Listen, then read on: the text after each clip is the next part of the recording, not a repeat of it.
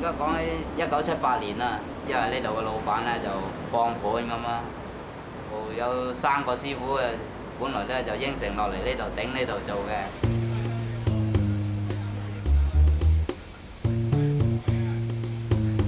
但係其中有一個咧，去黃大仙求籤，佢話：你唔好幫人夾份做生意啊，唔得㗎咁樣。咁但係咧，佢話我唔幫你夾份咧，我都幫你打工啦落嚟咁樣，咁改個名咧就叫3開1，當佢唔做啦咁樣。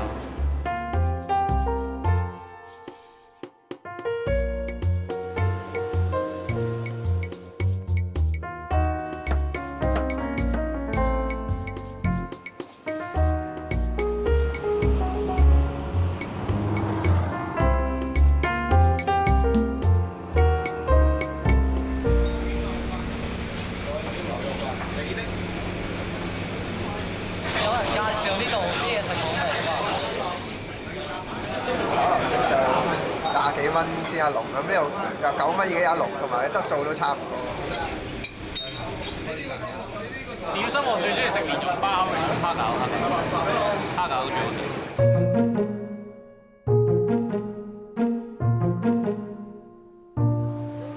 係啦，揾唔到買貓糧嗰間嘢。嗰啲冰鮮蝦就，但係咧你要自己醃過佢嘅，如果唔醃過冇咁爽咯。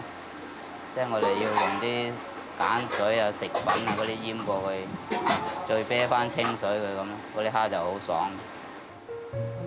即係嗰陣時傳統嘅咧就用筍嘅，而家我哋都係用沙葛。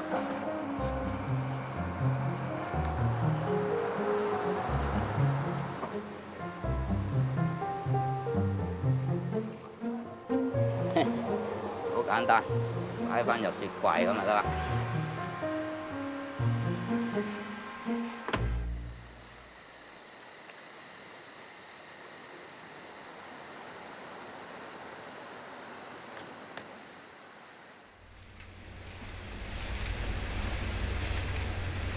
下晝嗰時做定，朝頭早翻嚟猜翻佢起翻啲膠咧，咁就比較好做啲啫嘛。即係琴日做嗰時冇落葱油嘅，朝頭早即係最開始整嗰時落咧，就佢嗰啲葱油嗰啲味冇咁易走咯。猜粉嘅配搭啊，好緊要噶。如果你嗰啲粉配搭得唔好咧，佢嗰啲皮即係蒸起上嚟就好易穿咗就嗰啲汁流咗出嚟就，嗰啲蝦餃就冇原味啦。出邊好多酒樓嗰啲咧都唔會用到我呢啲皮咁，即係好韌嘅就難做啲嘅。呢個拍皮嗰度就難拍啲啦，韌啊嘛，因為佢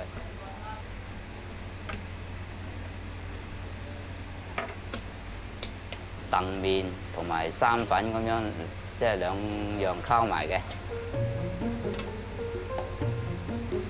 通常出邊咧7成澄麵就3成生粉嘅啫，即係做嘅時候就冇咁難做啦，即係冇咁韌到啊。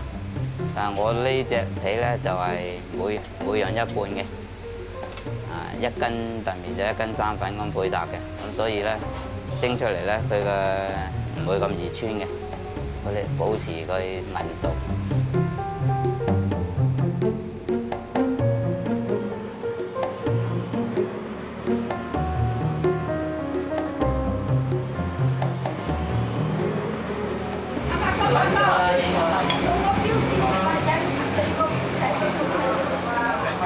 我嗌佢哋着翻套西裝，影靚相，拍特輯啊！我笑佢哋啫。最好呢度咧，呢間嘢係平民化㗎。我一得閒嚟同佢哋玩啊，同佢哋講笑，即係平民化，好平民化㗎，好似大家兄弟班啊、姊妹咁玩㗎。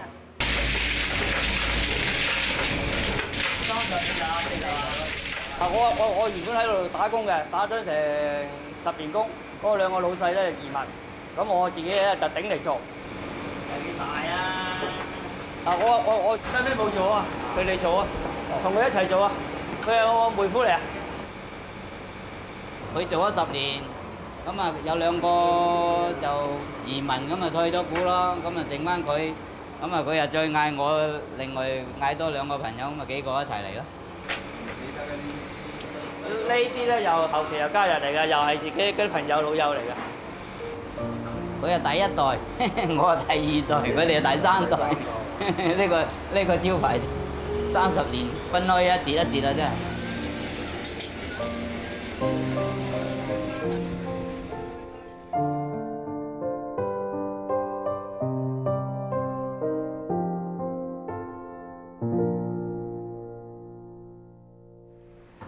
14歲入行㗎啦，我話賣點心啊，初入行喺元朗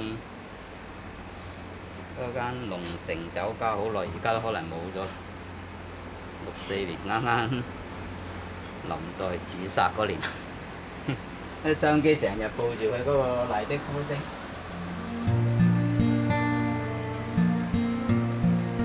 初嚟香港。靠啲親戚唔係幾方便噶嘛，叫佢出嚟幫我揾啲嘢做，喺茶樓有得食有得住啊嘛，咁啊可以一路做又有人工。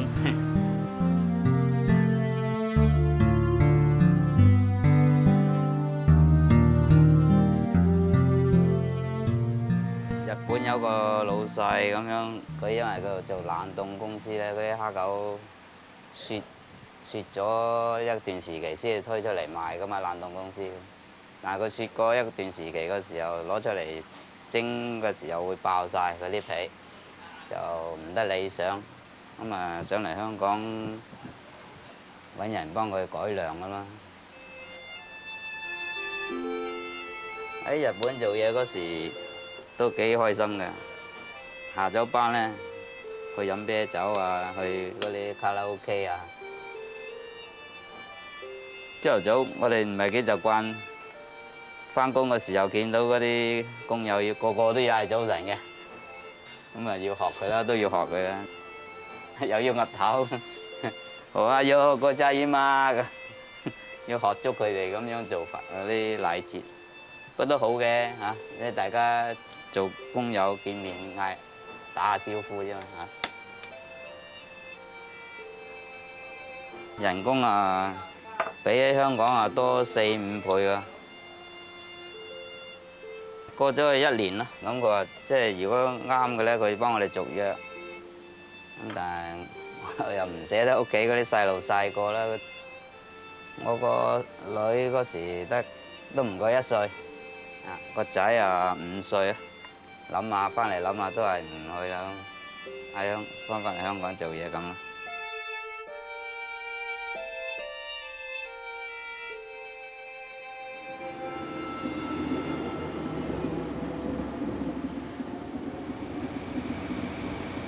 個仔啊做水包，佢未做嘢之前都嚟過，就我諗住嗌佢學點心添。個仔就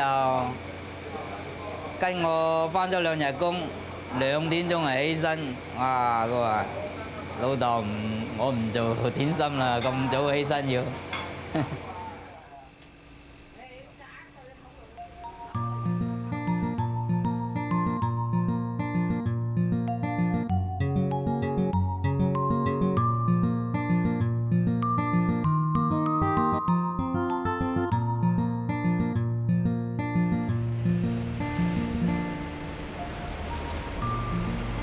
會唔會有第4代啊？呢度我諗唔會啦，即係就嚟拆啊嘛呢啲，我諗你生幾年。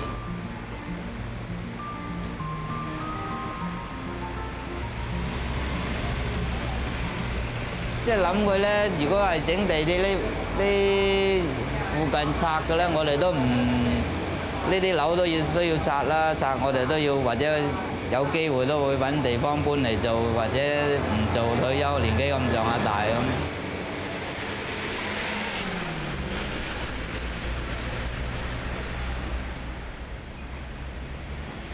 最緊要咧，啲街坊啊、啲食客啊熟絡咗，嗰種咧即係有錢都買唔到嘅嗰啲情趣啊、嗰啲友誼啊，好耐冇見啦，咁啊聚翻埋一齊，好遠啊，搬開咗好遠啊！